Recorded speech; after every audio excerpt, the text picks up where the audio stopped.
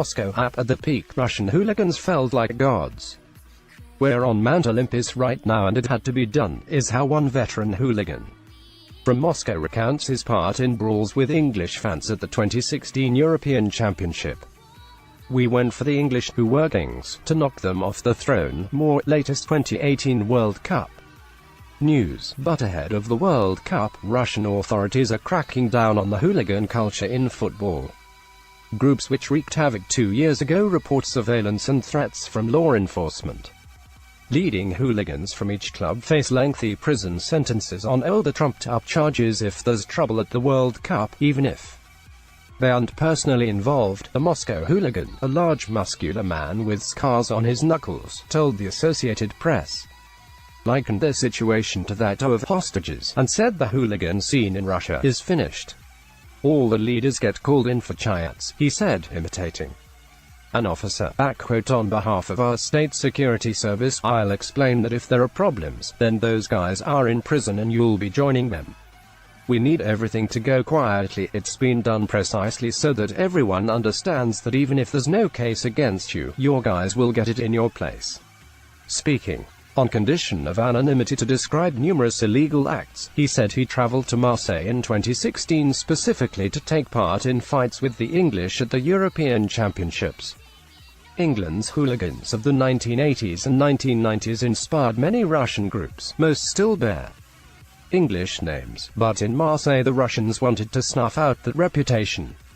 "For a long time the English were considered the strongest," he said. "But they were no match for Russians with martial arts training. There were guys sitting there with a Birmingham banner and we went up to them." Quote, "Either we're taking your banner or you stand up and fight for it." The Birmingham guys decided they didn't need the banner that much. The violence on Marseille's streets and in the stadium was greeted with jokes and even praise from some Russian lawmakers and officials. President Vladimir Putin called the fighting sad, then questioned how 200 Russian fans could beat up several thousand English, to laughter from his audience. Other sources with knowledge of the fan scene described the Russian crackdown since Marseille. Alexander Shrigan ran a fan group which worked with the government on World Cup planning, and had been photographed with Putin. He has rapidly fallen from grace. Shrigan was twice deported from France during the 2016 tournament and 2 of his organization's board members were imprisoned in Marseille of the disorder. He denies any role.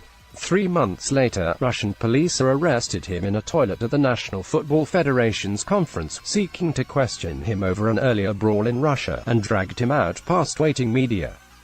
His organization has been dormant since then. Shrigan told the app his friends in the hardcore fan scene have been summoned by Russia's Federal Security Service, the heir to the Soviet-era KGB, for preventative conversations, and many want to go abroad during the World Cup. Many of them think like that because, God forbid, if anything happens, they won't face questions, he said. They can just show their passport that they weren't in Russia. Russia has an official blacklist of fans banned from games by court orders for violent and non-violent offenses, but at 451 names it's much smaller than equivalents in other large European countries. Many more fans are barred from games using processes which aren't publicly recorded and have little oversight. World Cup tickets are worthless without a Russian government issue fan ID. Applicants are vetted by the Russian security services, who have denied several thousand Russian fans ID to see games at the World Cup and last year's Confederations Cup, according to Oleg Semenov, formerly a leader of the Spartak Moscow fan scene, who now runs a legal advice hotline for supporters. Semenov says authorities are using a big database to exclude people accused of taking part in football-related disorder, including Shrigan, whose ID was cancelled 2 hours before a Confederations Cup game, but also some with convictions dating back 20 years for minor offences like jaywalking or public drunkenness.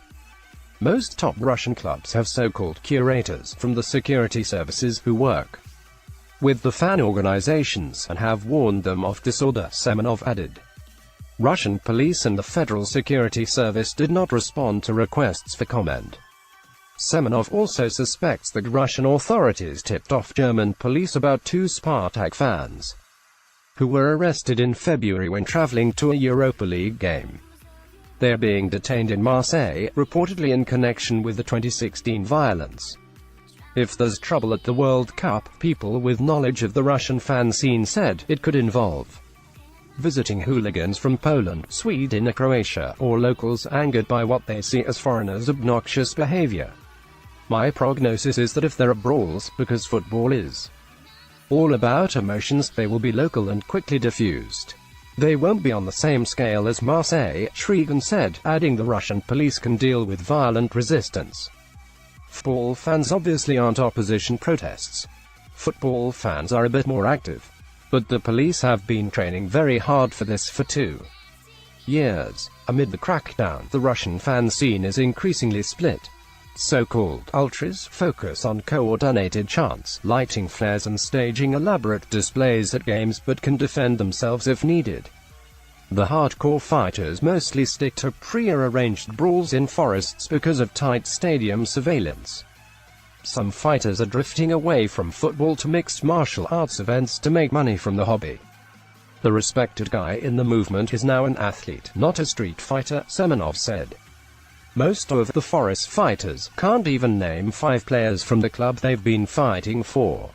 Schrigan said. The Moscow hooligan lamented the end of hooliganism's golden era, when battles between rival clubs in Moscow came down to tactics as much as strength. You have to place young girls around by the entrances to buildings so they sit and wait for your enemies to leave the house and follow them to where the meeting, he said. You have to put people at different subway stations to find where they're going to be, where the enemy is gathering, get there first and beat them up. It's not just a matter of numbers. It's always a game, and back then it was the best. Hooliganism offers a brotherhood, even for those like the Moscow hooligan, who has a university education and a traditionally middle-class job. A world dominated by football's brawlers would have a simple, honorable way to solve disputes, he argued. It always goes by the rule of the fist. If you're stronger, you're right, he said. If there were more people like that, maybe people wouldn't be building missiles. Nara Davalashian in Moscow and Samuel Petrekin in Paris contributed to this report.